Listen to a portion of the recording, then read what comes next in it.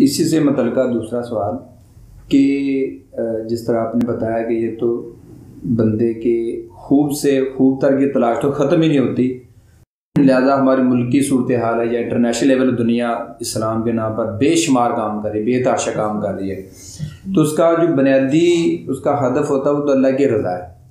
लेकिन वो तहकीक के बाद उसको वुसअत नज़री के बाद और दीगर सकालत को सुनने के बाद अगर उसकी विजन के अंदर इजाफा हो जाता है, दलाल ज़्यादा आते हैं, तो उसको मुर्तद करार देना, उसको उस जमात का दुश्मन करार देकर उसको निकाल देना, तो ये तो पता चला गया कि अख्तियार ही इनके पास, उम्मती के पास अख्तियार नहीं कि इसको मुर्तद करार दे।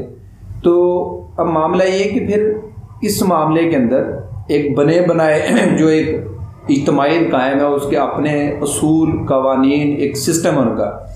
अब ऐसे अनासर को अगर जगह देंगे तो फिर इंतशार पैदा होगा, तो उस नज़म को कायम रखने के लिए उनको उन बंदों का निकालना पड़ता है। तो आप ये बताएं फिर नज़म भी कायम रखना है और फिर बराबर उसके मौक़िफ़ की जो मुखालफत हो रही है, दोनों चीज़ें साथ साथ तो नहीं चल सकती, क्योंकि उन्होंने भी इस नज़र को कायम रखने के लिए अपनी जानें भी लगाएं, अपने माल भी लगाया, अपनी एनर्जी, अपना वक्त, सब कुछ लगा दिया। तो फिर एक जमात के अंदर कुछ बंदे इख्तलाफ करते हैं, तो फिर रैशनल अप्रोच या रियलिस्टिक अप्रोच या मुनासिब रवैया क्या होना चाहिए, फिर इसका क्या हाल है इस मसले का?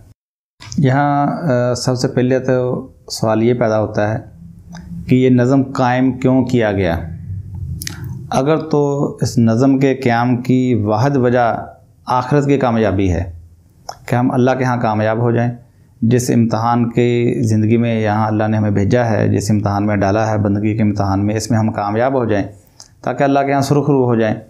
अगर तो इसका यही मकसद है, फिर तो ये चाहिए कि जो भी बात आखिरत के मंज़िल के हसूल में रुकावट बन रही है और कोई दूसरा निशानदेही कर देता है तो उसको बिला तवक़्क़ुफ़ मान लेना चाहिए, क्योंकि हमारी मंज़िल दुनिया नहीं है, आखिरत है। और अगर मकसद यहाँ पे इक़्तिदार कायम करना है, यहाँ इमारत के मज़े लूटना मकसद है, यहाँ उहदे एंजॉय करना मकसद है, या ऐसे यहीं पे कोई इनकलाब लाने के प्रोग्राम है और आप देख रहे हैं कि किसी एक बंदे की वजह से हमारी इस इनकलाबी जो स्पिरिट है वो मुतासर हो रही है, वो हमारे इनकलाबी जो है मुंतशिर हो रहे हैं, यानी आखिरत मंजिल नहीं है, मंजिल दुनिया के अंदर ये है कि हमारा ये सिस्टम कायम रह जाए। भाई ये फिर एक फ़िरके का मसला नहीं है, ये तो हर फ़िरके का मसला है, हर ग्रोह का यही मसला है। हर ग्रोह के जो अकाबरीन हैं, उनके जो ज़ुआमा हैं, उनके जो सरदार हैं, उनके जो उमरा हैं, उन सब का यही मामला है। उनको बता दिया जाता है कि ये गलती है, ये नज़रिया गुमराही है, ये कुरान हदीस के ख़िलाफ़ है, ये कुरान हदीस से साबित नहीं है। उनको मालूम हो जाता है, समझ भी आ जाती है। अब वही उनके नज़म आड़े है। यही प्रॉब्लम यहूद नसारा के उलमा के साथ था उस वक्त। इसलिए उनसे कहना वला तख्शवुन्नास वख्शवनी, कि लोगों से ना डरो, मुझसे डरो। अगर अल्लाह का खौफ है तो फिर जो शख्स भी दलील की बुनियाद के ऊपर आपके सामने एक बात पेश करता है, तहकीक पेश करता है, उसको देखना चाहिए, उसको बार बार डिस्कस करना चाहिए। अगर आप उसको पूरी दुनिया के सामने नहीं डिस्कस कर सकते, आप उसको अंदर बैठ कर डिस्कस करें, अपने शुरा के अंदर डिस्कस करें, बंद कमरे में डिस्कस करें, दलाइल का तबादला करें, उसको अपनी तहकीक पेश करें, उसकी तहकीक का झोल उसके सामने पेश करें। यह तरीक़ाकार है। और इसके लिए एक नशिस्त नहीं है, इसके लिए चाहे कितनी भी नशिस्तें क्यों ना कायम करना पड़े, क्योंकि तहकीक एक दिन में मुकम्मल नहीं होती। तो ये रेशनल अप्रोच मैं समझता हूँ कि इसके ऊपर डिस्कस होनी चाहिए। फ़र्द का फ़ैसला नहीं होना चाहिए, फ़र्द के नज़रिए का फ़ैसला होना चाहिए, उसकी तहकीक का फ़ैसला होना चाहिए।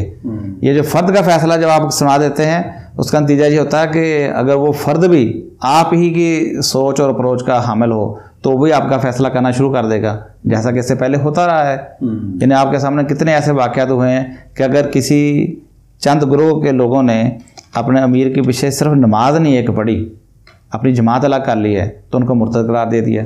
क्यों जी? ये मुर्तद क्यों है? कौन सा शिरक कुफ्र है? इस्लाम की किस शक का, किस रुकन का इन्होंने, किस जुज़ का इन्होंने इनकार किया है? क्या आपके पीछे नमाज ना पढ़ने से भी कोई मुर्तद हो जाता है? उन्होंने तो ज़बान से आपको काफिर ही नहीं कहा, आपने फिर भी उनको मुर्तद करार दे दिया। फिर अगर वो जज्बात में आकर आपको काफिर भी कह देता है तो फिर भी आपके पास अख्तियार नहीं कि उसको मुर्तद या काफिर करार दे दें जवाबी तौर पर। जिसकी बेहतरीन मिसाल है कि खारिज ने अली रज़ियल्लाहु अन्हु और उस वक्त सारे मुसलमानों को काफिर करार दे दिया, लेकिन जवाबी तौर पर अली रज़ियल्लाहु अन्हु ने या उस वक्त के जितने भी उलमा थे, जितने भी जय्यद सहाबा कराम मौजूद थे, अब्दुल्लाह बिन अब्बास रज़ियल्लाहु अन्हुमा मौजूद थे, वो उनके साथ बार बार जाके मकालमा करते रहे हैं, गुफ्तगू करते रहे हैं, दलाइल का तबादला करते रहे हैं। लेकिन आपको किसी एक हदीस के अंदर भी, एक रवायत के अंदर भी नहीं मिलेगा कि अली रज़ियल्लाहु अन्हु ने भी जवाबी तौर पर उनको काफिर करार दिया हो। या जो उनकी जंगें हुई थी, अली रज़ियल्लाहु अन्हु ने ये तो कहा था कि इनमें से अगर कोई खूनरेजी करेगा, डाके मारेगा या कत्ल गारत करेगा या मुसलमानों को नुकसान पहुँचाएगा, फिर हम इनके खिलाफ हथियार उठाएंगे। तो अगर ये शराफत से एक साइड पे नज़रियाती इख्तलाफ लेकर बैठ जाते हैं, फिर हम इनको कुछ नहीं कहेंगे। हालांकि कुफर का फतवा लगाया उन्होंने मुसलमानों के ऊपर, वो आज के मुसलमानों के ऊपर नहीं, अशरा मुबशरा के ऊपर, ठीक है ना, खैरुल कुरून के जो बेहतरीन मुसलमान, उनके ऊपर उन्होंने कुफर का फतवा लगाया हुआ है। और अच्छा, बाद में जंगें भी हुई हैं फिर अली रज़ियल्लाहु अन्हु ने या बाद के लोगों ने उनके साथ जंगें भी की हैं, लेकिन उनके साथ वो मामला नहीं किया गया जो काफिरों के साथ किया जाता था। यानी ना तो उनसे उनके माल को मालिक नीमत समझा गया, ना उनकी औरतों को लौंडियाँ बनाया गया, सिर्फ सज़ा के तौर पर उनके साथ जंगें हुई हैं।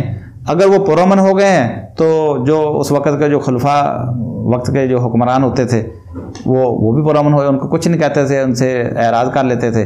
लेकिन अगर कभी उन्होंने तखरीबी कार्रवाई की है तो फिर उनको छोड़ा नहीं गया, लेकिन इसके बावजूद उनको काफिर नहीं कहा गया।